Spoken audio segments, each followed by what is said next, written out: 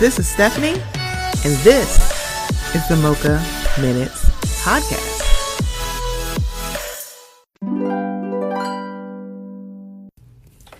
Hey guys, before we get into the episode, I just wanted to let you know about something that's a little new here at the Mocha Minutes Podcast. We are now participating in Buy Me a Coffee. So if you haven't heard, buymeacoffee.com is a place where you can show some support and some love monetarily to some of your favorite content creators. That includes me. So it's in the increments of either $1, $3, or $5, and you can do as many as you would like. So I just wanted to let you guys know, would love some support. So if you would go to buymeacoffee.com/Mocha Minutes, I would greatly appreciate it. It will also be in the show notes. Okay, here we go. Lift every voice and sing till earth and heaven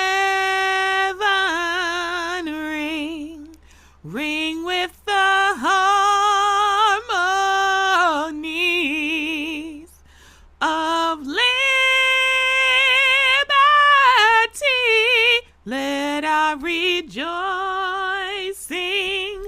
rise high as the listening sky. Let it resound loud as the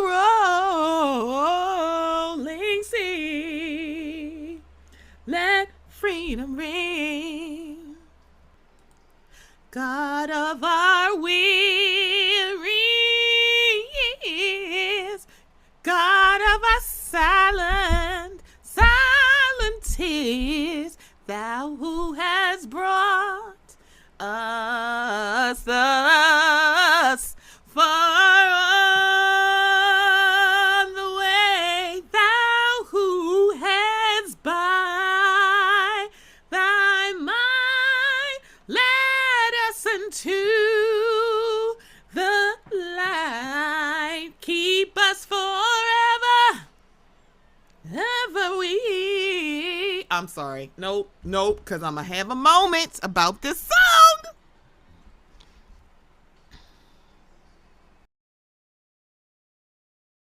Okay. Hello, welcome to the Mocha Minutes Podcast. Okay, I got to give a background on that version of Lift Every Voice and Sing. Now, Lift Every Voice and Sing, if you are in a black church, it's in your hymnal. But only in the black churches. Like if you see the African American hymnal, you will see Lift Every Voice and Sing in there. It is a poem that got turned into a song, and then Melba Moore did an arrangement. I think it's from the 80s or 90s. There was also a video for this. This is how I know that I'm showing my black ass age. Okay. Yeah, so there's a video for this. The biggest thing I remember about this song, about this video, is that Jasmine Guy, aka Whitley Gilbert from A Different World, was literally dancing in this video. It was kind of like, oh my gosh, I remember people like, wait, she's a dancer? And everybody's like, yeah, she's a dancer. It was wild. It was wild to everybody because we're like, wait. Wow. It was just it was very much like a wow. But yeah, this song, it was Melba Moore's song. It was produced by BB Winans, and it had literally like everybody at that time, like the blackest of black artists, like juggernauts. You had Dionne Warwick, you had Stevie Wonder. You can probably hear it. I'm trying to think. I am going to look for everybody who was on the daggone song because there was a lot of people on there. But for me, the one I really, really remember is one, Anita Baker and Stevie Wonder. But let me give you some folks. So this is Melba Moore's song. So it featured Anita Baker, Bobby Brown, Gerald Albright, BB and CeCe Winans, Freddie Jackson, Stevie Wonder, Stephanie Mills, hey girl, Howard Hewitt, Dionne Warwick, Terry Lynn, Carrington, Take Six, Jeffrey Osborne, big, he rests in peace, and the Clark sisters. And this was produced by BB Winans. Jasmine Guy was dancing in the video. I can't remember. I just remember her like flowing pink dress. I'm sorry. Had to take a moment. When I tell you, and also in high school, so this version was played every Friday. Because in high school and homeroom, they would play the national anthem Monday through, and you have to stand, while it's being played over the speaker system. And then on Fridays, they played Lift Every Voice and Sing every single Friday. At least it did at my high school. And I went to Paul Lawrence Dunbar Senior High School. Okay. So I think in the 3 months, I was thinking like maybe this is what all high schools do, but this is just what my high school did. That earworm was on my spirit mostly because of what's happening this week. The election is next week. We are getting close to the end of another presidential election. It's 2024. It's another presidential election. And what I've been seeing and hearing has just, whew. So Afros and Audios was a couple of weeks ago. Such an amazing, it's always such a great weekend. It's always such a great weekend. I can't even explain it. It's always a weekend that I need, and I never feel like, oh, I should not be here, or I'm like, oh, I could be doing something else. Nope. It's always a good weekend. And I remember someone asking, is there something that you don't really talk about on your show? Now, there are some things that I don't, or I may dabble in. Politics is one of those things. Voting is one of those things. It has been a couple of times on this show where I've talked about voting and what it means to me and what it means collectively.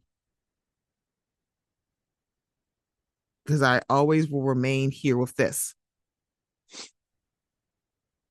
If your vote did not matter, why are they trying to get you to not do it? So for a little history, you guys can fact check this if you would like. But in the 1860s, 1890s, I'm sorry, 1860s, that's a huge gap, Stephanie. But before 1920, where women were like, were given the right to vote, and I'm putting women in quotes only because that really only applied to really white women, because non-white women, y'all know exactly what I'm talking about. Before, the women's suffrage movement, free Black men were able to vote. The problem became they kept putting Black people in office, and white people didn't like that. Then all of a sudden, you see the women's suffrage movement. And so you'll hear a lot of people voicing their opinion of why the women's suffrage movement for voting really took place. Because this is still my opinion. And I have to say it like that only because there are people like, that's not true. I'm not saying the fact, this is just my opinion. My opinion when it comes to the women's suffrage movement, it wasn't to be equal to their white male spouse. It was because niggers got the vote before they did, and they had a problem. How dare this nigger get to vote before I could? All of a sudden it's an issue. Because there are rumors and allegations that Susan B. Anthony was like, she was not advocating for Negroes or niggers, because they weren't saying Negroes then, to have voting rights. It was never about them. It was about them. It was never about equality for all. It was just for them, as you can see. So after 1920, white women got to vote. Non-white women, most notably Black women, were not able to vote.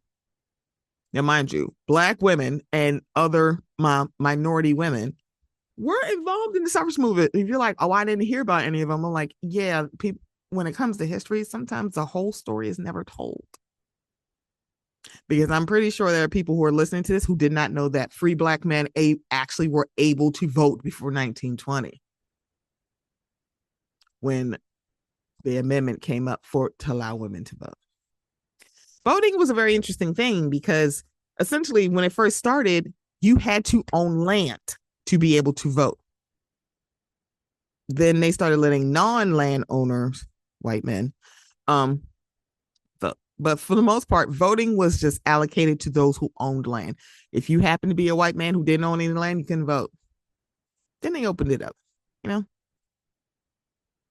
So up until 1964, because that's when the Voting Rights Act was passed, Black people had to pay a poll tax. Basically, you had to pay to be able to vote. White voters did not have to do that. Black voters had to do that. And so now what I'm very excited to see, and I'm glad that they're doing, I'm not excited to see, it's kind of like, it's sad that we have to actually tell people this, because I swear people act like it's, they think this is so crazy. I'm sorry, the Voting Rights Act was 1965. And it is the 24th Amendment. But before that, they had poll taxes where you had to pay to vote. And now you have, most notably, Black women coming out and talking about voting back in 1958, 1960. Meaning these women are old enough to remember. A woman said she has been voting since 1958 because she said that's when she turned 18, meaning that she was born in 1940, meaning that for the first 25 years of her life, Black people could not vote. It wasn't a right. It was literally like a bill that you had to consider. So there's a TikTok going around of a woman who made a shirt that showed her voting card, and she talked about, the poll tax was $2. And that was a lot of money back then, because it's like, that's why there were some Black people who didn't vote, because either it was pay the $2 poll tax or feed your family.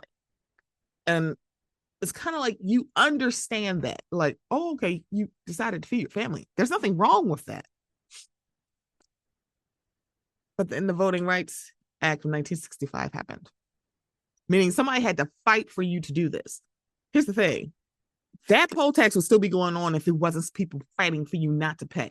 It's like and the bad part about it is, if it was like across the board for everybody, it probably would not really happen. But again, people who are a little bit more affluent or well off, this wouldn't have affected them at all. It's like, oh, here's $2. It's amazing the systems that are put in place to hinder the Black vote. And as much as we are a minority in this country, our voting bloc has power. Our voting demographic, Black vote, period, right? The most fundamentally supportive part of that Black demo for voting is Black women for the Democratic Party.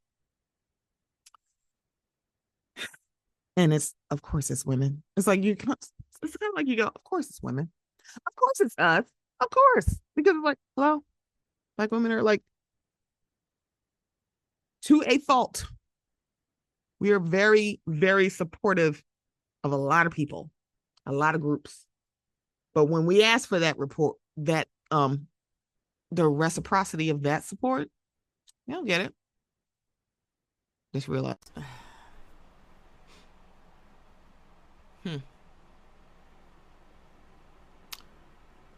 Okay.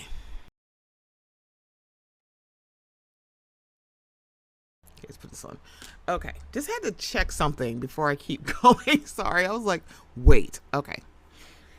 Okay. So we're talking about 1965. We're talking about the Black female vote. Yeah. Okay. Sorry. I had to make sure my sound was okay. I don't know why. As a podcast, I feel like sometimes we get a little paranoid. Like, oh crap, is our sound okay? That's how it feels. Again, I'm gonna say this: if your vote didn't matter, they wouldn't be trying to suppress it. So, I've always, again, this is something else that's my opinion. I've always had this opinion that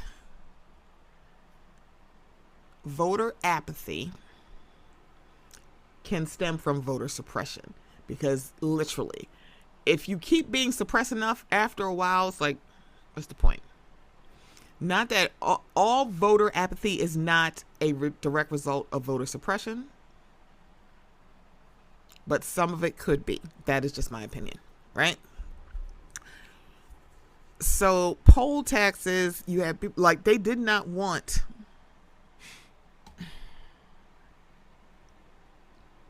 they didn't want your vote. So I'm going to read this excerpt from Wikipedia. If you look up the history of poll taxes, poll taxes became a tool of disenfranchisement. It's the other word I like. In the South during Jim Crow, following the end of Reconstruction. Payment of a poll tax was a prerequisite to the registration for voting in a number of states until 1965. The tax emerged in some states of the United States in the late 19th century as part of the Jim Crow laws. After the right to vote was extended to all races by the enactment of the 15th Amendment by the U.S. Constitution, a number of states enacted poll tax laws as a device for restricting voting rights. The laws often included a grandfather clause, which allowed any adult male whose father or grandfather had voted in a specific year prior to the abolition of slavery to vote without paying the tax. These laws, along with unfairly implemented literacy tests and extra legal intimidation, such as the Ku Klux Klan, achieved the desired effect of disenfranchising Asian American, Native American voters, and poor whites as well. But in particular, the poll tax was disproportionately directed at African American voters. I wanted to read that part because I think people just think poll taxes was just for black people. It for the most part, we got the lion's share of it being enforced. However, all the other people that I just spoke, they also got poll taxes, so they're not confused. And again, poor whites, they probably didn't get it as much as everybody. Basically, black people got it more than anybody else. So let's talk about this. Proof of payment of a poll tax was a prerequisite to voter registration in Florida, Alabama, Tennessee, Arkansas, Louisiana, Mississippi, Georgia until 1877, North and South Carolina, Virginia until 1882, and again from 1902 with its new constitution, and Texas. The Texas poll tax, instituted on people who are eligible to vote in all other respects, was between $1.50 and $1.75. This was a lot of money at the time and a big barrier to the working class and poor. Georgia created a cumulative poll tax requirement in 1877. Men of any race 21 to 60 years of age had to pay a sum of money for every year from the time they turned 21 or from the time that the law took effect. The poll tax requirements applied to whites as well as blacks and also adversely affected poor citizens.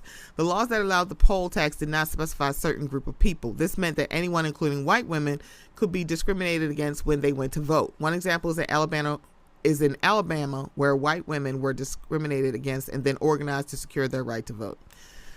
One group of women that did this was the Women's Joint Legislative Council of Alabama. African American women also organized in groups against being denied voting rights. In 1942, in 1942, when women were given the right to vote in 1920, dates matter. An African American woman named Lottie Polk Gaffney, along with 4 other women, unsuccessfully sued the South Carolina Cherokee County Registration Board with the help of the NAACP. Gaffney sued for her right to vote after having been stopped from registering to vote 2 years earlier. As a result of her suing the county, the mailman did not deliver her mail for quite some time. Many states required payment of the tax at a time separate from the election and then required voters to bring receipts with them to the polls. If they could not locate such receipts, they could not vote. In addition, many states surrounded registration and voting with complex record-keeping requirements. These were particularly difficult for sharecropper and tenant farmers to comply with as they moved frequently. The poll tax was sometimes used alone or together with a literacy qualification. In a kind of grandfather clause, North Carolina in 1900 exempted from the poll tax those men entitled to vote as of January 1st, 1867.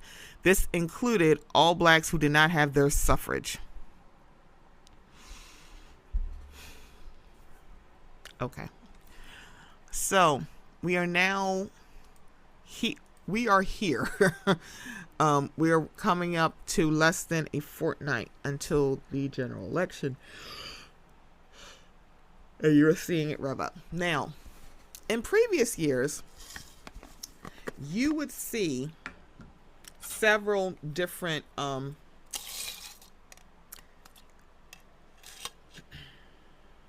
what's the word I'm looking for? Debates. So usually you would have a couple of debates between the presidential candidates. You would see debates between the vice presidents. I think we saw one for each. And then Donald Trump said, I'm not doing any more debates. This is to get someone to vote for you for the highest office in the land. A office, unfortunately, you've already held. How privileged you have to be to say, I'm not doing no debates.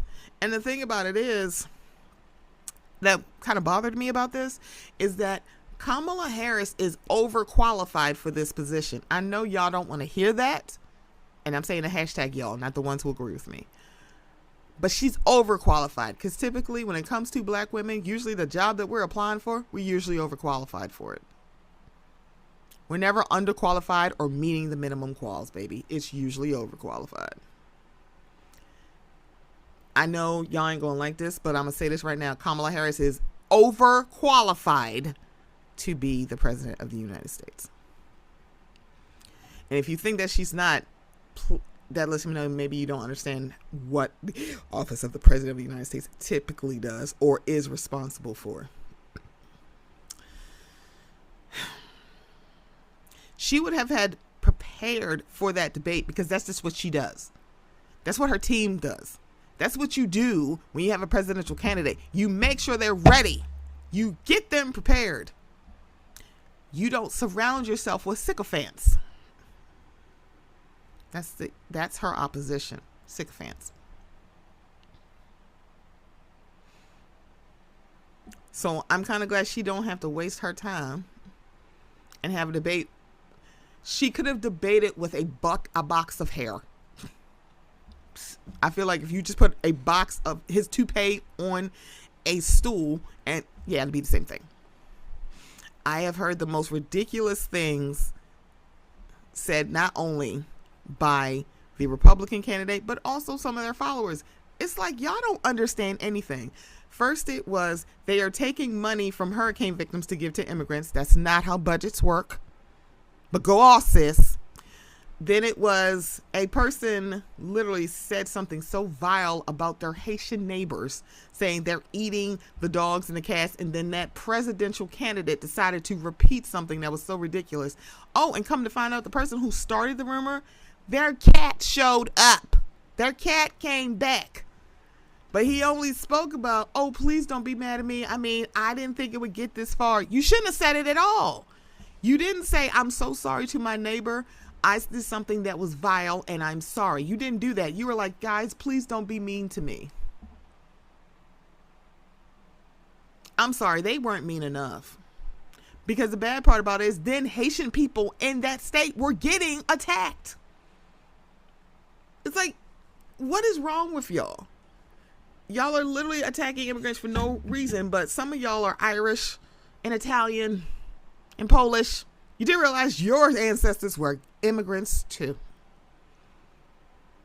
But since you're essentially now all of your ancestors are anchor babies, now all of a sudden you want to jump shitty. Baby, if you are any of these Eastern European, if you have an Irish, Italian, Polish, baby, you an immigrant too. You would think that you actually will be pro-immigration, and you're not. But also, or even heck, even if you're Canadian, yeah, you're an immigrant too. And the thing about it is, it's like you're talking about a country where there were already people living here, and people came over in boats and said, hey, I want your land, and literally either starved out the people that were indigenous to this country or killed them off. And then they had to move to reservations. But yes, let's talk about girl. All right. So there's that.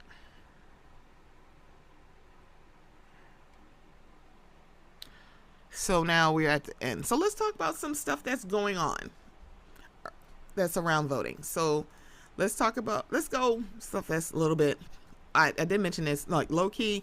I am loving all the black women who are actually letting y'all know, hey, hi, I remember having to pay a poll tax to vote. Because I think a lot of people think like if you say something in 1960, that's so long ago. It's not almost long ago if you think. Because if you're thinking about someone who was born in 1940 and they're still here, I bet you they remember. I bet you they know. My grandmother's in her 80s. A lot of people have family members that are in their 70s or 80s. Let me be very, just to let y'all know, you know the lady Ruby Bridges. This has nothing to do with voting. Ruby Bridges, the little girl that helped integrate schools. She is still very much alive, and she's only in her 60s. So I will implore y'all to stop doing this thing where it's like it's so long ago. It's not. I'm loving people who are telling their stories. I love that Jimmy Carter, who is 100, who said months ago he's just trying to make it so he can cast his vote for Kamala Harris. And it's Kamala. Here's the thing. If y'all can say Saoirse Ronan, you can say Mikhail Baryshnikov, Henry Cavill. If you can say a white person's seemingly seemingly exotic name, and I'm putting exotic in quote, you can say Kamala, especially when she's pronounced it, instead of saying Kamala. It's like, you know what the fuck her name is. It's Kamala, and you know it. So should I say T-Rumpf? Anybody Trump? No, T-Rump. See, yeah, you don't care. If you don't care about pronouncing her name, I don't care about pronouncing your name correctly. Let's just go there. So I'm glad to see so many people out on the campaign trail. Vice President Kamala Harris, she is out on the trail, and she's getting a lot of really, really good push from different celebrities. So oh my gosh, what is this? Okay, shut up. Sorry. All right, so let's talk about, shut up. So let's talk about who has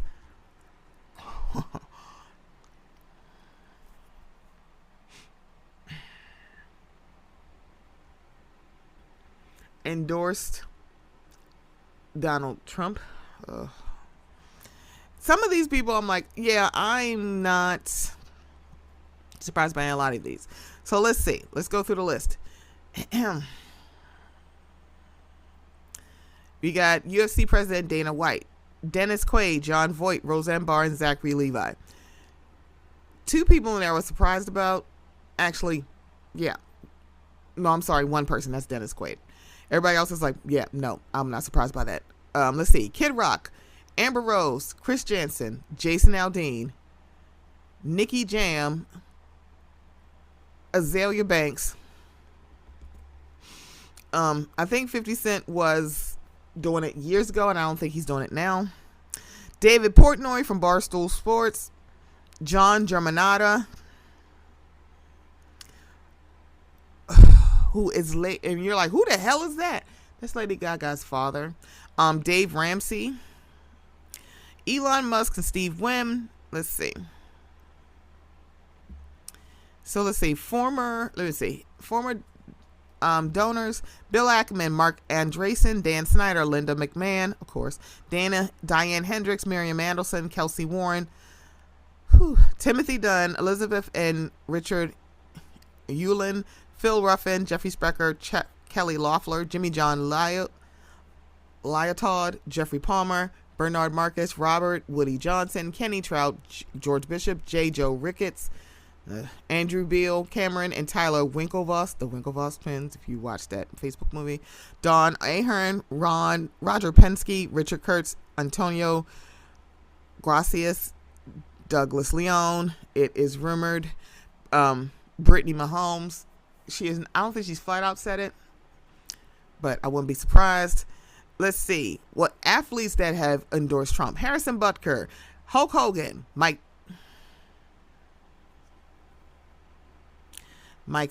Tyson, Lawrence Taylor, O.J. Anderson, Don King, Danica Patrick, Le'Veon Bell, Antonio Brown, Mike Wallace. Okay, like, really, Mike Tyson? Let me tell you something. All right, pause. The fact that I see Lawrence Taylor, Mike Tyson, Le'Veon Bell, Antonio Brown, Mike Wallace, the fact that literally he's only letting y'all nigger asses in his presence because y'all have money.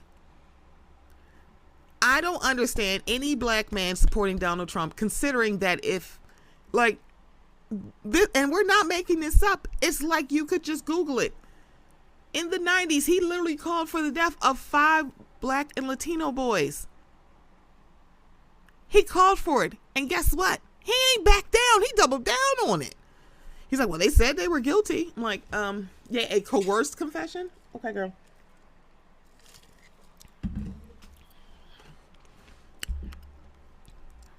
For these 5 young boys, he asked for their deaths in a full-page ad in a newspaper.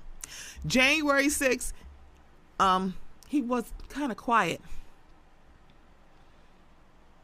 When they had that Tiki Torch riot in Virginia, he said there's good people on both sides. That's the person that y'all doing. Y'all are just a bunch of literally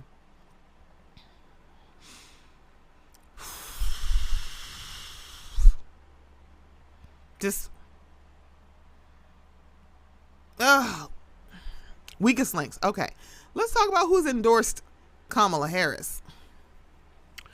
Taylor Swift, Eminem, James Taylor, Stevie Nicks, Willie Nelson, Brittany Spencer, Margot Price, Cher, Insane Clown Posse, girl, hey, Mark Anthony, Lizzo, Usher, Olivia Rodrigo, John Legend, Cardi B, Kesha, Billie Eilish, and her brother Phineas, Chappelle Rowan. Yeah, she was back and forth. And I'm like, girl, shut up.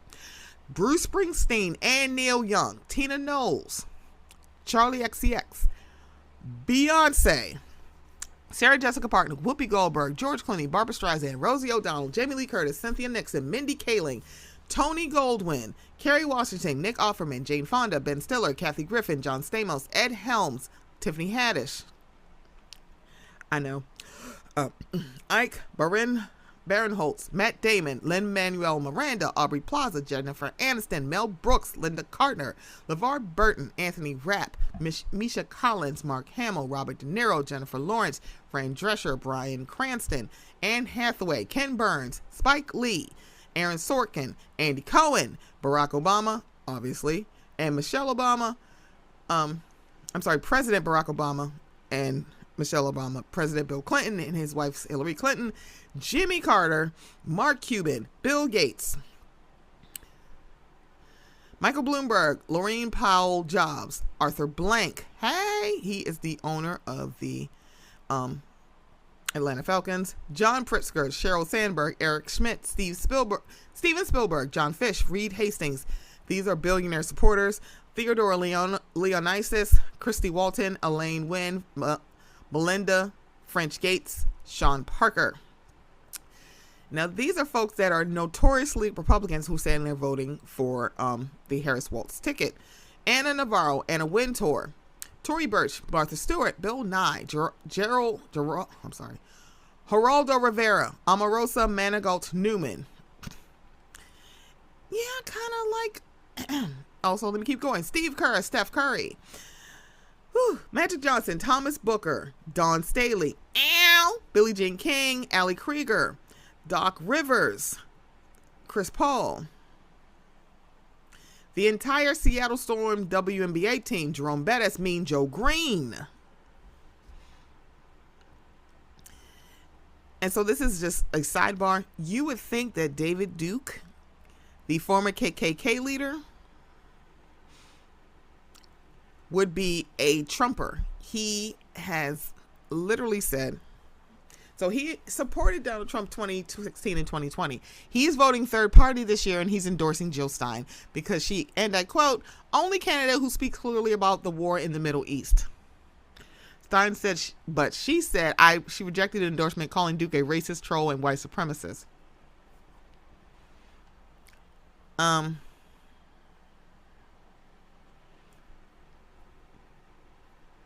He's the only one that I would encourage. Yes, please vote third party.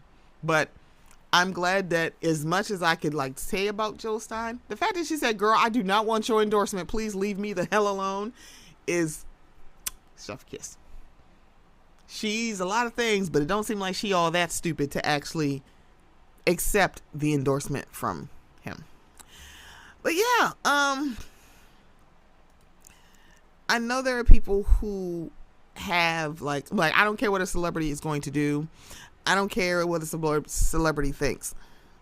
People can tout that. I don't believe you. So again, I think I have a couple of the people to add. Let's add in Bad Bunny, Jennifer, this is pro Kamala. Bad Bunny, Jennifer Lopez. I think I may have said Ricky Martin. I don't remember. Catherine Hahn. It was Agatha all along. Sorry. Lisa Rinna. I'm gonna shut up. I did say Leonardo DiCaprio. Sarah Jessica Parker. I did say Drew Carey. Ow. Eminem is the one that I'm like, this is so crazy because this man don't really talk about nothing. He just be minding his white ass. I'm from Detroit. Spaghetti on my shirt after throwing up ass business. He really does. It's like he really don't be saying anything. I think I said Ben Stiller, but just in case I did not. Ben Stiller, Willie Nelson, which girl, I'm sorry, Willie Nelson and Bruce Springsteen being on the campaign trail was not on my bingo card. I think Mark Ruffalo is also on the bingo card. I guess Cher should have been on mine as well, but it was not. Mandy Patinkin. So he is from Homeland and The Princess Bride. If you don't know, I think I said Mark Anthony. I did. Mariska Hargitay, because hello, Officer Benson. I'm sorry, Captain Benson. Let me say that, Captain. She's a captain now. And halfway, Lizzo, Geraldo Rivera, who really is a conservative. Neil Young. And I love this because I think they were using his music on his campaign, on Trump's campaign trail, and Neil Young said, I will sue you. I will sue you. And he should. Porna Jagana Nathan. And I really hope that I probably murdered this woman's name, and I'm so sorry. But if you don't know who she was the mother on Never Have I Ever, which I love. That show was so wonderful, and she was really good as the mother. Sam Waterston, if you know him, he is from Law and Order fame. He has also endorsed her. Oh, good Lord. There was a South Asian stand-up for Kamala event. So Utkarsh Ambakar, and I'm so sorry for murdering this man's name. He also is voting for her. I mean, the boss is pro Kamala, and he called Donald Trump the most dangerous candidate for president of my lifetime, and that says a lot. Dave Bautista, hey boo. Jennifer Lawrence, let's see, of course I said Miss T Swift, Charlie XCX. I've said Linda Ronstadt, hey girl, I love it. Mel Brooks, I think I did say him, but just in case I didn't, I'll say it again. George Clooney, Barbara Streisand, Jamie Lee Curtis, Yvette Nicole Brown, who by the way is a very fun follow on Twitter. She really is. Follow her everywhere because I love her. Octavia Spencer, Sally Field, I said Nick Offerman, Carole King, Megan Thee Stallion, ow, my favorite little booty, Stevie Wonder, John Legend, of course, the Clintons, the Obamas, Kerry Washington, who has been doing her big ass one. She's been doing her big one, her big ass one, because Homegirl is everywhere and I love it. Jason Bateman, Joseph Gordon-Levitt, I love this. Cecily Strong, I said Mindy Kaling, Maren Morris, Oprah Winfrey, Jeff Bridges, Mark Hamill, yes, J.J. Abrams. He participated in a White Dudes for Harris rally. I love it.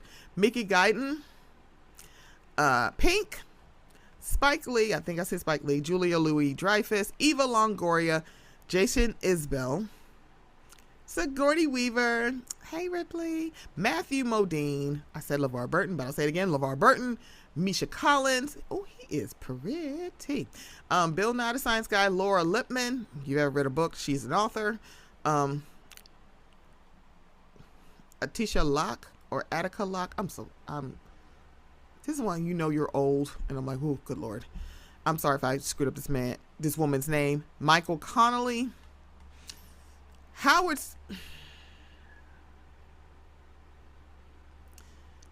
Yeah. Carl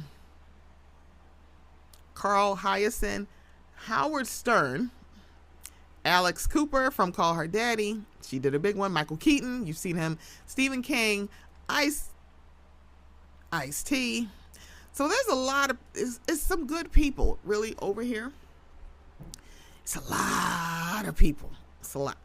And I'm glad that people who are notoriously like, I don't talk about politics. I'm like, yeah. The quickest way to get people to like say like, oh, well, let me back off is saying it's politics. When we're talking about people, these are people's lives. Politics affects a lot of lives. There's a lot of things I'm able to do as a Black woman now that needed a law passed. And I think sometimes people don't remember that. They don't. I'll remind you. I think I didn't mention D.L. Hughley. His 180, not 360. 360 is a full circle. It's 180. On Kamala Harris, because he used to be very critical of her. And then I think he picked up the Google machine and realized that he was just touting fallacies and fables. And for him to come to DNC and literally publicly apologize to her for what he did says a lot about DL's character. I could say a lot about DL, but I will say that says a lot about him. He on Tuesday, October 29th, so it probably is you've already seen it because it came out on October 29th. He held a BET Black Men Summit where basically it was black men talking about the election.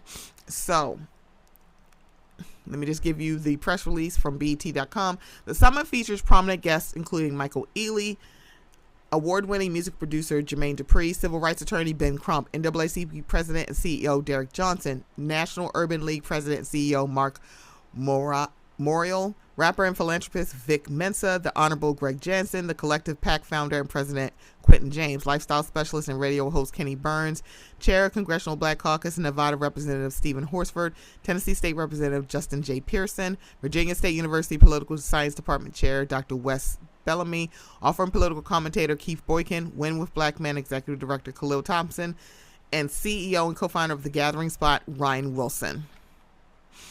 So it's going to, I can't wait to watch this. I'm recording on October 29th, so it hasn't come out yet, so I will be watching it. Can't wait to see it. But I am glad that we're getting these. Now, if you look at the voting stats for the Democratic Party, the highest demo to vote for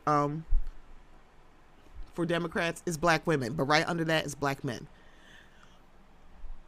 So when black men said like, oh, we do vote really high for the Democrats. So here's the deal. The issue that I think that may be missing a lot of people who are like combating, like, I'm like, no, black men vote really high for Democrats. The minority of people who are not voting Democratic are the ones that's the loudest and the ones that's first out there. They are the minority of your demo is the loudest, and you have to combat that. So if it's like 90, like in the 90th percentile for black women, and right below that is black men, That small percentile of y'all demo is the one that's getting the most airtime. Those are the ones that are the most vocal.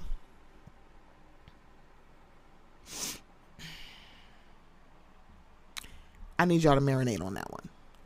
It's not that the large majority of people who are voting Democrat are talking. That's not what's happening. It's the small minority that's talking a lot, and they're the loudest and mostly the most wrong. Because what we're saying is you got people pro-Trump, you got professional football players. I mean, I guess former at this point. You got Le'Veon Bell and wearing a shirt, and then someone put out a tweet saying between the three people there's 35 felonies, and he said I don't have any felonies, and all I'm thinking is 34 plus 1 is 35, dumbass. No one didn't say, they saying between the three of y'all. Maybe it's just one we don't know yet. But yeah, Le'Veon Bell is like what, and Antonio Brown's like, girl. This is another sidebar. There are clips going around, and I know this is all, I think this is from the 2020 election where Ice Cube said, basically telling people to withhold their vote. I think Dr. Umar Johnson also was saying withhold the vote. Notice everybody on like that's right-leaning conservative, you notice they never tell their folks we're going to withhold their vote. On the contrary, they vote in higher clips. But y'all are telling people to withhold a vote that so many people literally fought for you to have and for you to do it for free. Please watch these kind of folks, because in the last election, I think Ice Cube really didn't like that people were taking him to task for his contract with Black America that really was focused on give us money. Not better resources, not for our children, and not more resources for reproductive rights, for mental health. None of that. It's like, just give us money and land and we'll be fine. That's not how any of that works. And he didn't like being taken to task. But he also just kind of wrote it. It was kind of like you didn't want to call in any other demos to maybe help you and make sure the contract's a little bit more comprehensive. Yeah, I'm not even going to go there because I remember that. And it was like, oh, girl. But yeah, the big BT Black Men Summit, I'm glad they're taking this steps, because I think folks didn't like what Obama said. Is like, wait a minute, what is going on? Because the problem is and this is just something else is my opinion. He's just speaking to the fact that the people that were the loudest were the minority, and they were the ones coming. I'm like, I would never vote for a woman. I ain't voting for that. I ain't voting for her. She got terrible. She locked up all these black men. And then it's like, oh, girl, did you check her record? I sure did. No, you didn't. I think there's a clip floating around from this summit, because they're putting out clips before it premiered. Michael Ealy said, if a man is not going to vote for a woman, there's nothing, you're not going to be able to convince them to vote for a woman if they think that. Here's the problem. Because of misogyny and sexism, for some men, they don't think women can believe. They would rather walk in their own faces than be led by a woman. But then expect that woman to literally, basically, their place is in the home, not leading our country. Which is why there was a rapper who called Kamala a bitch, and then he ended up apologizing for calling her a bitch. There was somebody else who said, I will never vote for no woman to be president. And it's like, let me get this straight. One of the strongest and most supportive demos you wouldn't dare support as president? I just want to make sure that, and I'm sorry, before I say, I just want to make sure that is what he was saying. I don't think he's walked that back.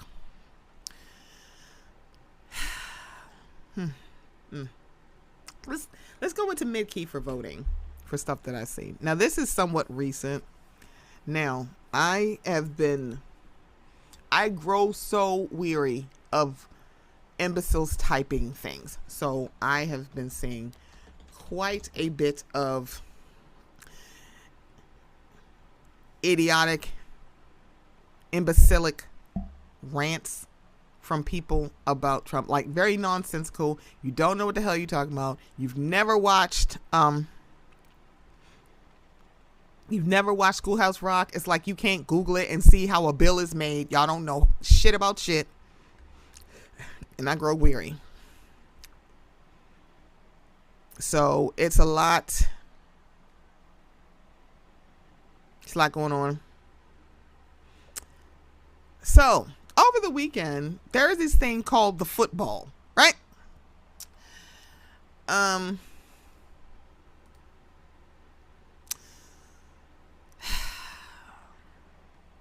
So the 49ers were playing the Cowboys. They won their game. And during Brock Purdy's interview, post game, basically, literally right after, I think this is considered, it's literally, it's on the field, it's right after the game. It was interrupted by Nick Bosa walking up wearing a white hat with gold lettering that said "Make America Great Again." He pointed at the hat and kept going. So if you watched it, it looked like it was blurred out, but I think on the internet you can actually see it said "Make America Great Again." That's why people are like, "Are you fucking kidding me right now?" So he decided to do that during Brock Purdy's interview. However, during his post-game presser, magically he's not wearing that hat. He did it for like 5 seconds within somebody else's interview, but then at his presser, he ain't had that hat on. Interesting. Funny to your girl. When someone asked him about the presser, they asked him about the hat. Sorry. He said, "I'm not going to talk too much about it, but I think it's an important time." Really? Then why the hat not on your head, bitch?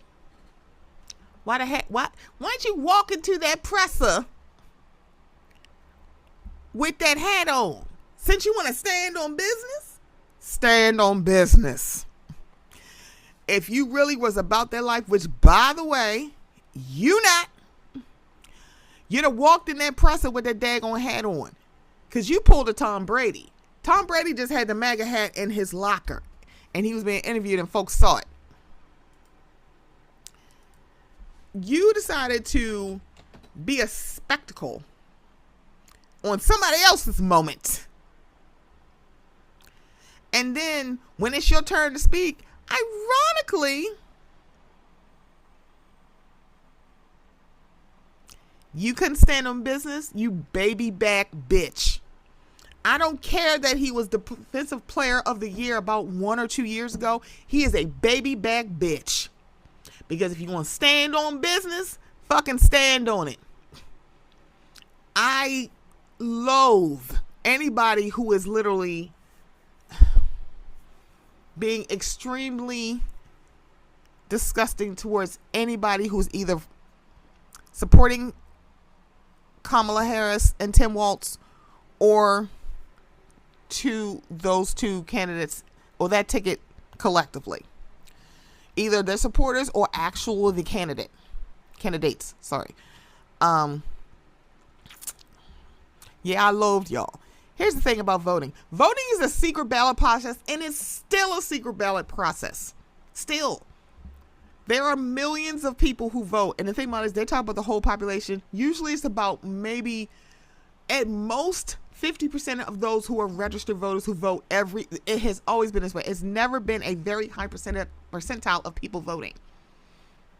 So when they talk about these high percentages of people who voting certain voting demos, it's of the people that voted, not the entire population. It's like, yeah, voting for some people is not a priority. I'm not going to tell you I shouldn't tell you that it's not a priority, because it is. It just hits me different because I'm a black woman. It really does. I'm not saying you're a bad person if it doesn't hit you. I can be flexible. But what Nick Bosa did is gross.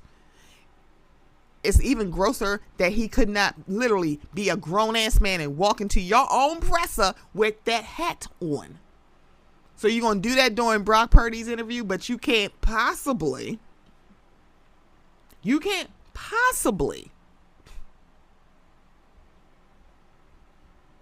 walk into your own presser with it? Yeah, because you knew. Yeah, you can't stand on business. So there's somebody named John Marcos Gonzalez on Twitter who said, I went to high school with both Nick and Joey Bosa. I taught Nick speech and debate in summer school. He's as racist as he is dumb, and I hope the NFL holds him accountable. Here's the other thing. A lot of people are bringing up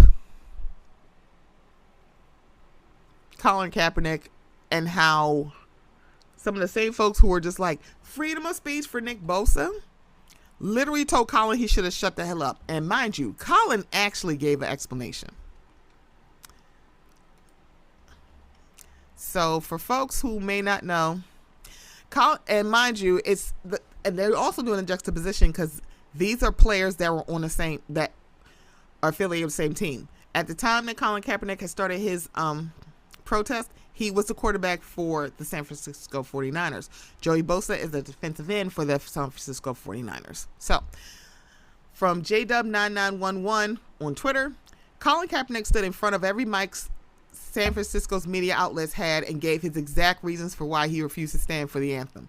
Nick Bosa stole his teammates' moment on camera and then turned bitch when the mics were in his face, including changing hats. Colin stood there for 18 minutes and 24 seconds explaining why he sat. He didn't need the answer to be pried away because he knew he was right and just. Entire video, and he actually had the link for the entire video. Nick Bosa knows he's wrong, so he bitched and clammed up the moment the lights were on him. Boom. And there it is. If you were like, it's important right now, then where's the hat? If it's important right now, speak up, you baby back bitch. But Nick Bosa is a patch to a demographic that historically has not had to fight as hard as anybody else to vote. He is a white man. Now, I discussed poll taxes previously and how like it affected poor whites. I don't know if his ancestors are poor whites, but I know he's a white man. The thing about it is, y'all can make this a joke. Hashtag white men can make this a joke. Because historically, you didn't have to fight as hard as anybody else. Not even your female counterparts in your own racial demo. You didn't have to fight. So you don't know what it's like. This shit ain't no joke. It's no joke for anybody. And I'm glad that Bomani John said this. Nick Bosa wanted attention and then suddenly he didn't. He's like, yeah, because that would require him to like have a brain and actually stand on business. He wasn't prepared. But yeah. But good news. MAGA hat stunt from 49ers Nick Bosa broke NFL rules. San Francisco 49ers star Nick Bosa is getting all sorts of attention for his Donald Trump supporting stunt after Sunday's win over the Cowboys, with adoring MAGA fans flooding his Instagram comments and national pundits questioning his lack of explanation. His lack of explanation because he's a baby back bitch. Now it seems likely the stunt will attract the attention of the NFL rule makers. Bosa crashed NBC's post-game interview. It is post-game. I was wondering because I was like, is this considered post-game? It's after the game, but it was on the field. Sunday while wearing a Make America Great Again hat, showing off his apparent support for the Republican presidential nominee 9 days before Election Day. In the 5 seconds, I thought it was 15. It was 5. Bosa put himself at risk for a 5-figure fine. Rule 5, Section 4, Article 8 of the NFL Rulebook says the entire time a player is visible to the stadium and television audience, including during pregame warmups and in postgame interviews, both on the field and in the locker room, they are prohibited from wearing, displaying, or otherwise conveying personal messages, either in writing or illustration, unless such message has been approved in advance by the league office. That's probably why he didn't wear the hat during his presser. It's even more direct when it comes to messages with a political point, like Bosa's. The league will not grant permission for any club or player to wear, display, or otherwise convey messages through helmet decals, armbands, jersey patches, mouthpieces, or other items affixed to game uniforms or equipment which relate to political activities or causes other than non-football events, causes, or campaigns, or charitable causes or campaigns. That's probably why Tom Brady didn't get in trouble, because his MAGA hat was not on his head. It was in his locker. And y'all just happen to see it. SF Gate, this is where I'm getting it. This is where I'm getting this from. It's a site that talks about the San Francisco 49ers. Reached out to the NFL to ask if the league had received a request for approval from Bosa to wear the MAGA hat during Sunday's game, and if so, whether or not the league will approve the message. The league did not respond by time of publication. The league's operations website reveals how much the MAGA moment could cost Bosa, laying out exactly how much players get fined for various violations. A first-time offender of the personal messages uniform policy could be hit with $11,255 fine. NFL Network insider Tom Pelissero reported Steelers wide receiver George Pickens was hit with a $10,231 fine for violating the personal messages policy in Week 5 when he wore black with open fucking always written across it, although the league did not publicize the when he wore black with open fucking always, it's probably the F word, written across it, although the league did not publicize the penalty. In the past, NFL used to fine players quite often with all sorts of mundane or harmless messages. Former Washington quarterback Robert Griffin III was fined multiple times for wearing non-approved shirts in pregame warm-ups or for wearing Adidas during his post-game press conferences.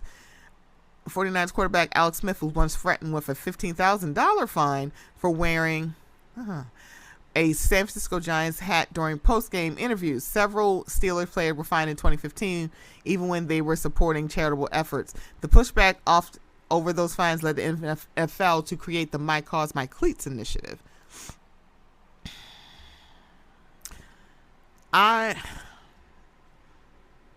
So I'm gonna, okay, let's see. All right, sorry. Overall, the rulebook makes clear that the league wants to control what players wear, both on and off the field. That covers everything from simple stuff like players wearing their pants or socks too short or having their shirts untucked to a message on a headband, to even memorializing former team stars with a t-shirt under their pads. Bosa's teammate George Kittle was hit with a heavy fine last year for a Fuck Dallas shirt he had on under his pads when the Niners played the Cowboys. He may have even worn it again in this year's rematch Sunday, though he didn't show it off this time. So when the league hands out its fines for Week 8 next Saturday, it's likely Bosa's name will be on the list for the $11,255 amount. But given that a 30-second advertisement for Sunday Night Football cost $882,079 last year, according to Ad Age, Bosa's stunt and the coverage of it likely will make the fine feel worthwhile to one of the highest paid players in the NFL, especially if it helps his longtime preferred politician land the presidency again. It's not going to. But again, Nick Bosa is literally, I think he's been exactly what people think he's been. Is like, anybody who's been kind of either aware of Nick Bosa, no one's surprised by this. No one's surprised by how he is acting. No one is surprised by that at all.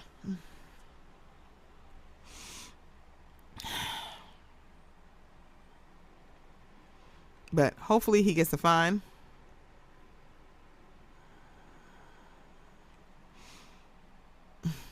Yeah. But yeah, I'm sorry. It took me a moment. I'm sorry. I took a moment of breath because I'm sorry. Nick Bosa has a punchable face. I hope he gets punched in it. And I hope he gets a fine. And I don't want to punish a whole team because of that bozo. So I'm not going to.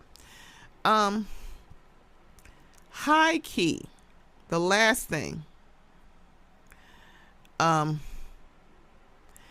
Is the Madison Square Garden rally.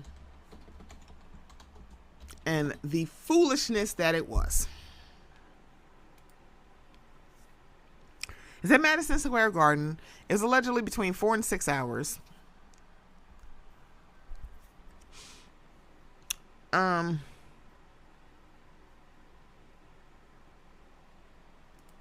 It is a lot. It was a few clips that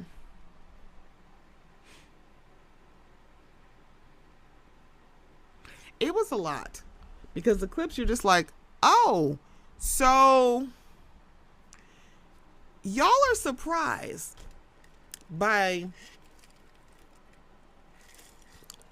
the racism. Y'all are surprised by that. I'm not.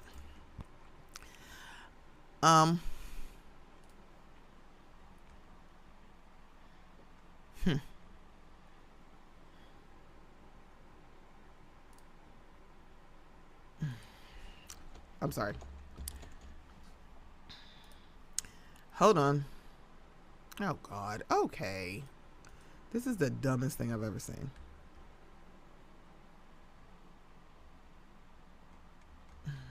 Okay. So I'm going to read the New York Times article regarding this travesty.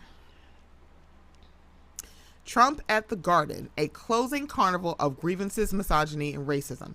The inflammatory rally was a capstone for an increasingly aggrieved campaign for Donald Trump, whose rhetoric has grown darker and more menacing. Donald J. Trump's closing rally at Madison Square Garden on the second to last Sunday before the election was a release of rage at a political and legal system that impeached, indicted, and convicted him. Impeached! A vivid and at times racist display of the dark energy animating the MAGA movement. A comic kicked off the rally by dismissing Puerto Rico as a floating island of garbage, then mocked Hispanics as failing to use birth control, Jews as cheap, Palestinians as rock throwers, and called out a black man in the audience with a reference to watermelon. Another speaker likened Vice President Kamala Harris to a prostitute with pimp handlers. A third called her the Antichrist, and the former Fox News host Tucker Carlson mocked Vice President Harris, she's still Vice President, the daughter of an Indian mother and a Jamaican father, with a made-up ethnicity, saying she was vying to become the first Samoan, Malaysian, low-IQ former California prosecutor ever to be elected president. Now, this man used to be I'm assuming he's still a journalist. He was a journalist. By the time the former president himself took the stage, an event billed as delivering the closing message of his campaign, with 9 days left in a toss-up race, had instead become a carnival of grievances, misogyny, and racism. If the parade of speakers felt at times like a Republican National Convention reunion, Senator J.D. Vance of Ohio, Mr. Carlson, Vivek Ramaswamy, see how I can pronounce people's names? Alina Habba, Lee Greenwood, and the Trump family all appeared. They seemed to have returned for a bonus fifth night that was more inflammatory than the original in July. The rally served as a capstone to an escalating series of remarks from Mr. Trump, who has repeatedly said in recent days that one of the gravest threats that America faces is the enemy within. Wow. The enemy is talking about the enemy within. Democrats have cranked up warnings of Mr. Trump's descent into authoritarianism, as John F. Kelly, the former Marine general who was his longest-serving chief of staff, warned that Mr. Trump met the definition of a fascist. When I say the enemy from within, the other side goes crazy, Mr. Trump said on Sunday, mocking his critics. Since early in his campaign, he has broadly promised an era of retribution if he wins.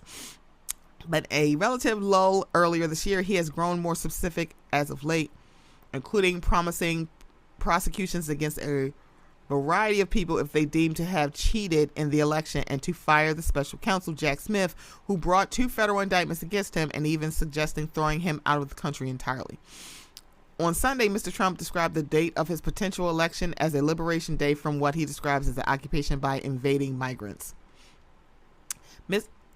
Harris's campaign seized on the spectacle, and some Republicans, including from Florida and Puerto Rico, denounced the comic's comments about the island. Several influential Puerto Rican superstars, Bad Bunny, Jennifer Lopez, Luis Fonsi, and Ricky Martin, lent their voice for Ms. Harris on Sunday. But Mr. Trump has paid little political price over time for his own inflammatory remarks in the past. He has disparaged cities from large black populations such as Detroit and Milwaukee this year, let alone those of his surrogates and supporters. The marathon of speeches Mr. Trump took the stage 2 hours after scheduled was often infused with more self-indulgence than political strategy. Mr. Trump plainly enjoyed playing the Garden, which bills itself as the world's most famous arena. Kamala, you're fired. And knowing him, he didn't say Kamala, he said Kamala. Mr. Trump said, returning to the line that he first made famous as host of The Apprentice.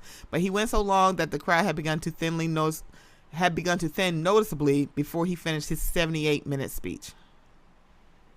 Y'all sat still and listened to this man speak nonsense for 78 minutes. Do you know how many seconds that is? Thousands. The event was a spectacle that captured the unusual and sometimes ugly range of the MAGA movement that has taken over the Republican Party from the inside over the last 9 years. Hulk Hogan flexed his muscles and ripped off his clothes, just as he did at the convention. Donald Trump Jr. called his father a badass Okay. The world's richest man, Elon Musk, who has poured $118 million of his fortune to aid Mr. Trump so far. You have $118 million to just give to another rich man. Girl, okay. Entered to a video of his rocket booster landing, pumping his fist in the air. He promptly predicted the federal budget could be slashed by 1/3, even as Mr. Trump rolled out deficit expanding tax breaks. Or you could, you want to make a donation to the government. This man had $118 million to just give to a campaign. Do you know what that could have been done for hurricane victims? You know, the same hurricane victims that y'all claim nobody cares about. Stephen Miller, a senior Trump advisor who influenced Mr. Trump's anti-immigrant crackdown, used nativist language as he argued that only Mr. Trump would stand up and say America is for Americans and Americans only. Girl. The big surprise was a rare public speech by Melania Trump, who introduced her husband and exited the stage with him after he had finished as the Village People's YMCA blared. I swear I'd be suing him right now. The arrival of thousands of red hats at the symbolic arena at the center of a blue city in a blue state were celebrated by Trump supporters who relished the chance to collectively thumb their noses at the New York and national elite. Selling out the garden means the MAGA movement has now arrived. Okay, girl. Jack Posobiec, the right-wing activist with a big following on social media, said in an interview, "It's Madison Square Garden. It's the center of everything, and to have this place filled with MAGA hats and Trump supporters really goes to show you it's not just a surprise win of 2016. It's a national movement." It was lost on no one that Mr. Trump was just miles from where he was convicted of 34 felony counts earlier this year and still awaiting sentencing, and a short jaunt to Trump Tower where he opened his first presidential campaign in 2015.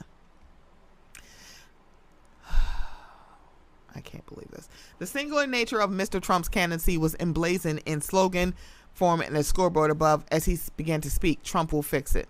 Trump broke it. Mr. Trump opened by asking the crowd a time-worn political line. Are you better off now than you were 4 years ago? It is at the core of Mr. Trump's campaign against Ms. Harris ever since she replaced President Biden, and to which he remains sore about. Despite being delivered in a city that 4 years ago was the epicenter of the coronavirus pandemic that's still deep in shutdowns and closed businesses, and swimming in a high death toll that line landed well. Okay, sidebar. The pandemic started 4 years ago. Really was like March of 2020. I'm going to give you 3 guesses on who was the president during that time. Here's a hint. It wasn't Joseph Biden. Joseph Biden won the election that November 2020 and was sworn in as president in January 2021. So when Trump touts about look how bad off we were, you realize you were the president when this pandemic started. You had gutted the office that probably would have helped to make sure that our country was not completely shut down and the death toll wasn't in the millions. But yes, let's talk about how more well off we would have been if you weren't here, sir. Back to the article. Mr. Trump's vow of mass deportation and unveiling against undocumented immigrants had an audience in New York City too, where thousands of migrants who crossed the southern border without authorization have been given sanctuary, and some residents have complained about the use of city services to help them. So many of the day's warm-up speeches were spent portraying the former president as he wants to be seen. Several speakers talked about him surviving a July assassination attempt, not in spiritual terms, but in muscular ones, describing his toughness as dodging the bullet. Girl, many also falsely claiming he built the skyline in a city in which he was always seen as a B-list developer with a small portfolio of buildings that he acquired long after they were constructed. The King of New York is back to reclaim the city that he built, his son Donald Trump Jr. declared. Anyway. The elder Mr. Trump, who normally speaks only glowing about his late father Fred, from whom he inherited millions of dollars and the spine of his real estate company, delivered a surprising line about his parents as he reflected on how they would be receiving word of his legal travails. I know my mother's in heaven. I'm not 100% sure about my father, but it's close. it was all a surreal scene. I'm pretty sure they are looking up. They might be happy. They might be looking up, looking happy. Maybe his father. I don't know about his mother. I can't say anything about that. At one point, the painter Scott Lobato received a huge cheer when he flipped a middle finger to the crowd before grabbing a paintbrush to paint an American flag as America the Beautiful. Boom. The grand finale was revealing an image of Mr. Trump hugging the Empire State Building. Ugh. Later, the television host, I forgot, Dr. Phil, lectured the crowd on why Mr. Trump did not fit the definition of a bully. Really? Well, I mean, you don't have your medical license. Because a bully requires an imbalance of power, seeming to ignore the fact that Mr. Trump has an enormous power as a billionaire and former president. Wait a minute. He does not fit the definition of a bully because a bully requires an imbalance of power. How is a very rich man, and not only a very rich man, a rich cishet white man, how is that not an imbalance of power? Okay, Dr. Phil. During the speech by Mr. Trump's running mate, Mr. Vance, the entire arena spontaneously burst into chants of Tampon Tim to disparage Governor Tim Walz of Minnesota, Ms. Harris's running mate. You all can say that. I probably shouldn't say that. It was a rare moment of restraint at the microphone. David Rem, a childhood friend of Mr. Trump, called Ms. Harris the devil. Okay, girl.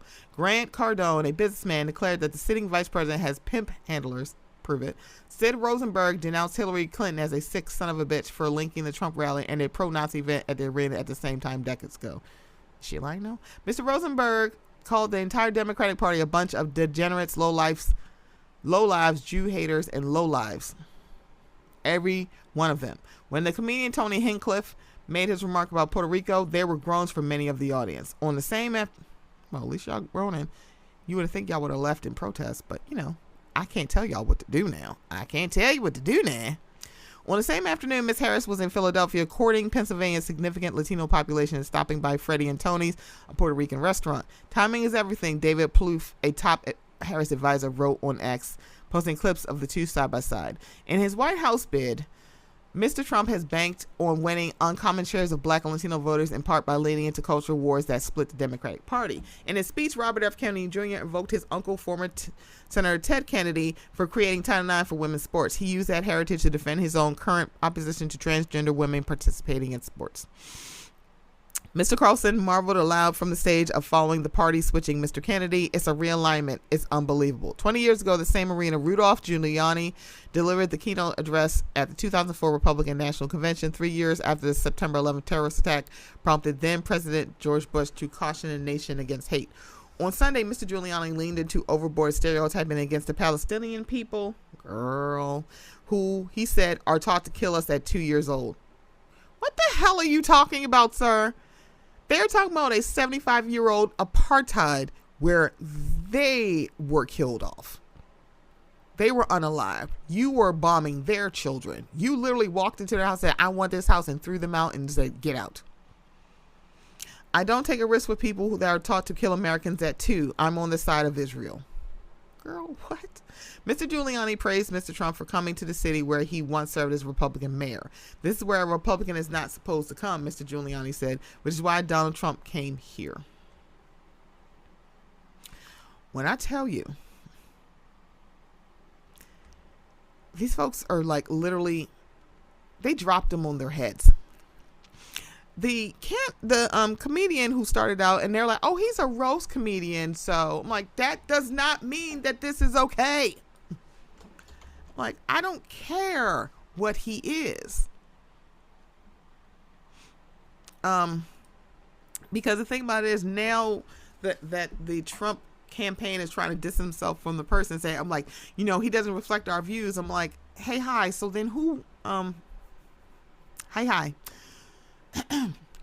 Who loaded his speech into the teleprompter that he read from? Y'all have to clear it. He ain't just come off there and fly off the vest. Because here's also another article. Trump rally comedian workshopped racist Puerto Rico line at New York City Comedy Club the night before. The comedian who let loose a series of racist jokes, some about Puerto Rico, at former President Donald Trump's Madison Square Garden rally on Sunday night, workshopped the material the night before at a local comedy club. The comedian Tony Hinchcliffe called Puerto Rico a floating island of garbage to warm up the New York City crowd, drawing immediate criticism from across the political spectrum and derailing what was supposed to be a night highlighting Trump in the final stretch of the campaign. His roast was a train wreck, just like the candidate, so it represents him quite well. It was not the first time Hinchcliffe had used the Puerto Rico line. He practiced it at the Stand Comedy Club in New York City, where he made a surprise appearance Saturday night, according to an NBC News producer and 3 other people who happened to be in the audience. The joke did not draw laughs, just a handful of awkward chuckles. Hinchcliffe told the audience that he would be performing at the Madison Square Garden rally the next day and said multiple times during his routine that he would get a better reaction tomorrow at the rally. The Trump campaign was asked Monday on Noticias Telemundo whether it was aware of Hinchcliffe's jokes in advance. Bianca Rodriguez, the deputy director of Hispanic communications for the Republican National Committee, and the Trump campaign said in Spanish that they don't have absolute control over what speakers say, though she was asked about the fact that Hinchcliffe was reading from a teleprompter. On Monday, Trump's campaign referred NBC News to senior advisor Danielle Alvarez's statement on Sunday, which stated, "This joke does not reflect the views of President Trump or the campaign." Doesn't it, though? Hinchcliffe, who did not immediately respond to a request for comment, posted Sunday after the controversy that the joke was taken out of context and make it seem racist. "I love Puerto Rico and vacation there." It was taken out of... Okay. I love how when a joke don't land, you're taken out of context. So if everybody laughed, would it still be taken out of context? Yeah. If him being a complete piece of shit for this joke, because, hey, hi, why do you need a roast comedian to warm up the crowd at your political rally? Explain why the fuck you had to do that shit. You can't. I already know. But if him doing that, making the jokes, all the stuff that they said, if this is lighting a fire under y'all asses to actually speak up, I'm glad. Sometimes it's good to cut the grass low so you can see the snakes. It's good to cut the grass so you can weed out people and you figure out who these people are. There are people that followed this person, I guess the comedian, and now they're like, oh my gosh, this man. Like, yeah.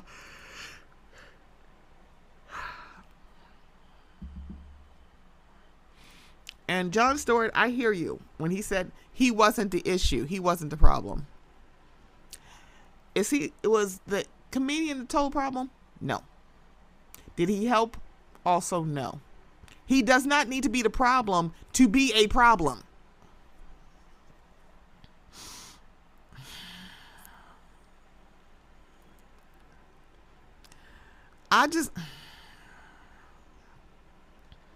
So Jon Stewart, on his last episode of The Daily Show before the election, he said this at his show.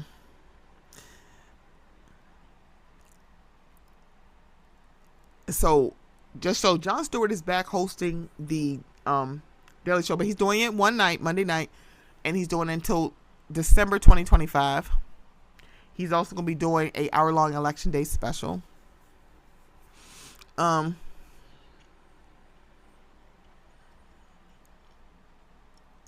He made a joke about Beyonce. No singing, just a heartfelt statement of the importance of the election. Fuck it, I'm voting for Trump. I could read that and I know he's just kidding.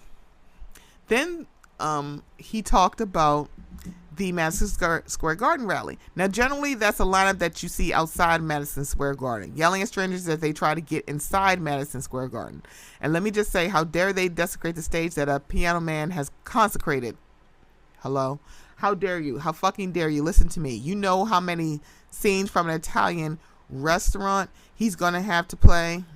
He's going to have to play to exorcise the demons that were on that stage. Thank you. Then Jon Stewart talked about Tony Hinchcliffe. I don't know if you guys know this, but there's literally a floating island of garbage in the middle of the ocean right now. I think it's called Puerto Rico. Now, that is the joke that Tony Hinchcliffe made, and he said was him taken out of context. Girl, shut up. This is what Jon Stewart said. In retrospect, having a roast comedian come to a political rally a week before election day and roasting a key voting demographic, probably not the best decision by the campaign politically. But to be fair, the guy's really just doing what he does.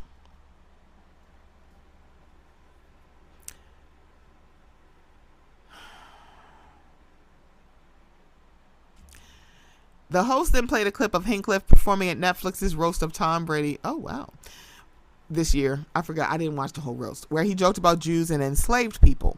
Yes, yes, of course. Terrible. Boo. There's something wrong with me. I find that guy very funny. So I'm sorry. I don't know what to tell you. I mean, bringing him to a rally and having him not do roast jokes, that'd be like bringing Beyonce to a rally and not.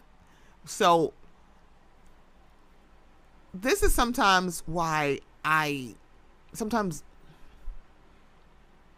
have problems with Jon Stewart, because the thing about that's not the same thing.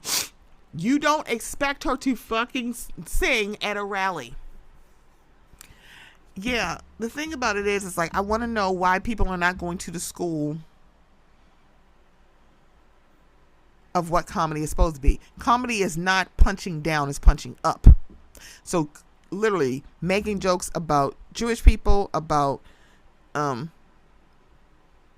Puerto Rican people or Hispanic people, making Jews about black people, that is not punching up. That is punching down.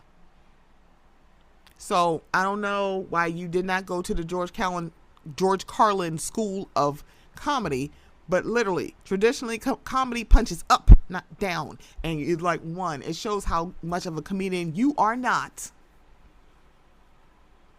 when you punch down. That's on period. So Jon Stewart, I don't give a shit if you think he's funny. There's a lot of people I think that is talented. However, I will never dismiss how ain't shit they are if they do something that makes them ain't shit. And Tony Hinchcliffe ain't shit, or Hinchcliffe, whatever the fuck his name is. He ain't shit.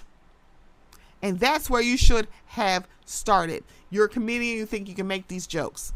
Fine. That shit ain't funny, John. And you could have just called it that way. That shit wasn't funny, and I don't give a damn.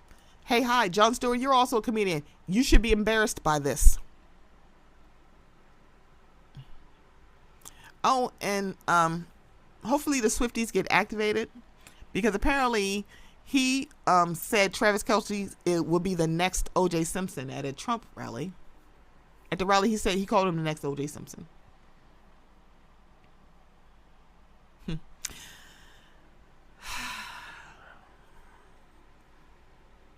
So let's start to button this up. Okay.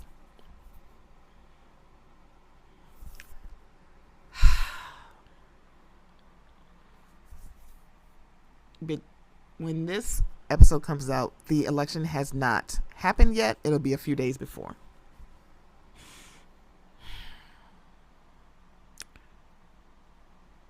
If you can, please vote. If you want to do your mail-in ballot, if you want to do early voting, if you want to go on election day, any of those options, please use them. The First Amendment. I feel like we have to do this because there are a lot of people who are defending Nick Bosa for what he did, but villainized Colin Kaepernick because he said, I'm not standing for the anthem because of police brutality against black people. Nick Bosa's baby bitch ass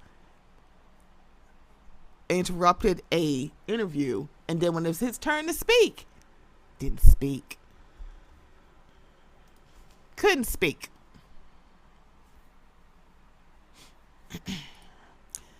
Let me give y'all a little taste of what the First Amendment, they were like, free speech, free speech.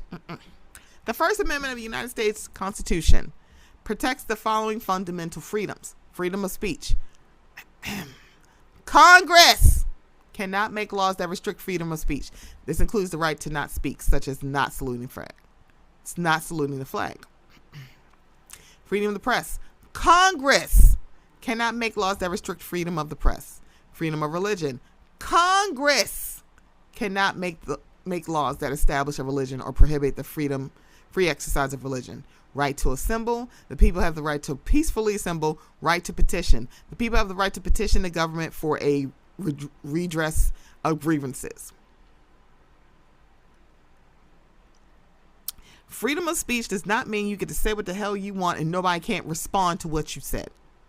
Freedom of speech means Congress cannot tell you what to say. So, if you say something that makes you a dumbass, my freedom of speech is to call you a dumbass. You dumbass. This is how I know that y'all don't understand anything. You think you can say racist things, and it's for the most part.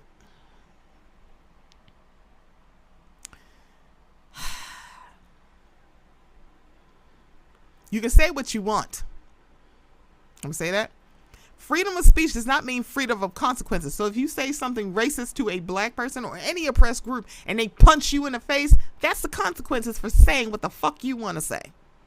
So just in case, from the Constitution directly, First Amendment explained, Congress shall make no law respecting the establishment of religion or prohibiting the free exercise thereof, or abridging the freedom of speech or of the press or the right of the people peaceably to assemble and to petition the government for a redress of grievances. None of that says that I can't call your dumbass a dumbass. Baby, get out and vote. And while you're voting, while you're standing, if you are going to stand in line and wait to vote, how about you use the Google machine and actually look some of this shit up, since it seems like a lot of y'all, #y'all, don't seem to know anything. Also, Free Palestine. I understand the folks who are like, I gotta hold my nose and vote for Kamala Harris. I understand that. I appreciate you holding your nose and voting for Kamala Harris. The thing about it is, I kind of get it. I get it. I don't know a black person in this country who is not going to get it. I'm sorry. People who are in tune with politics, I should say. They all get it. We get it. There have been a couple of elections where I had to hold my nose and vote because it's like, absolutely no way. I'm not voting for that person. What was that man's name? Wait, because I literally did not.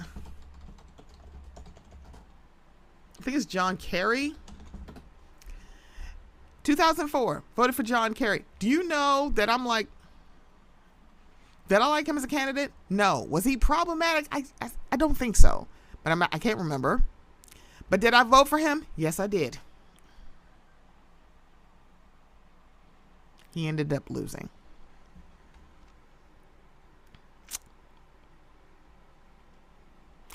But I voted for him anyway.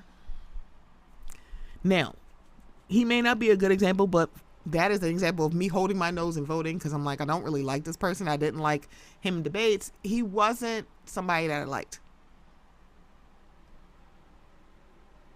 I voted for him anyway. For a lot of people who have been voting for a little, I've been voting since 2000. So that's, for the last 24 years, I've been voting.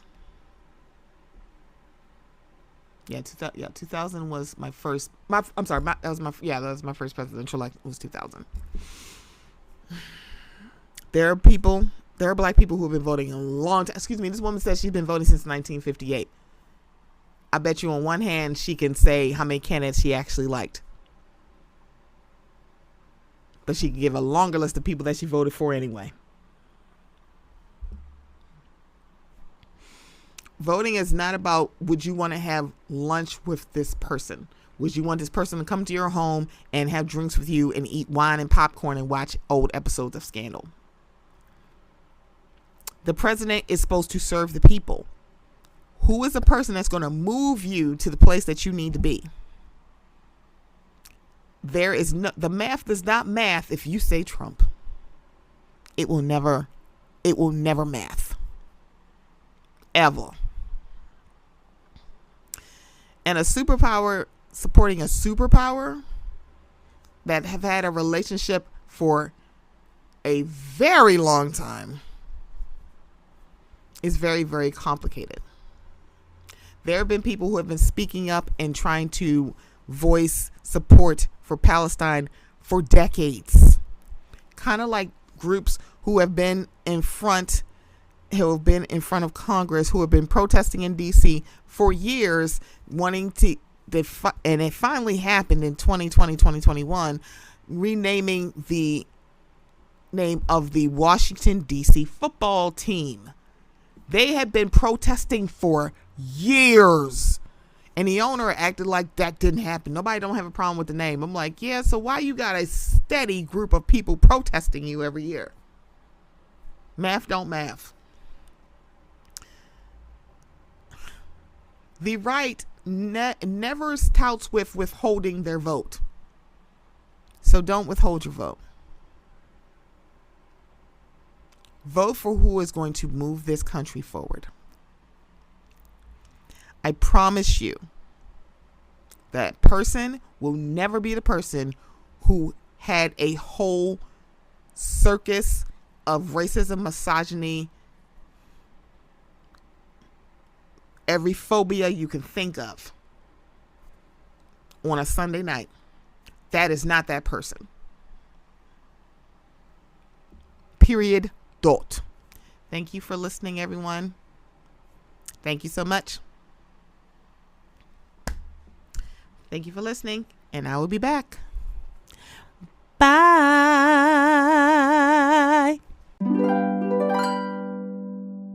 This Puerto Rican has something to say about the island that I love. Where my family is from, Puerto Rico is trash.